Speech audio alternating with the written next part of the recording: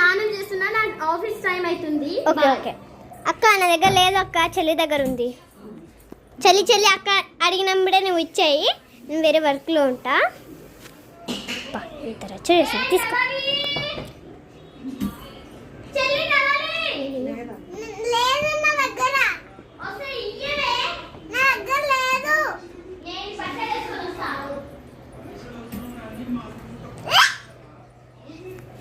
ఎందుకే టవల్ అట్లా ఇక్కడే పెట్టుకున్నావు కదా నేను.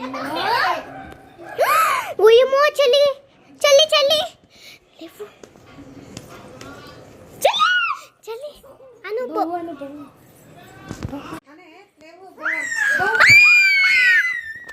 By guys. Lovely guys.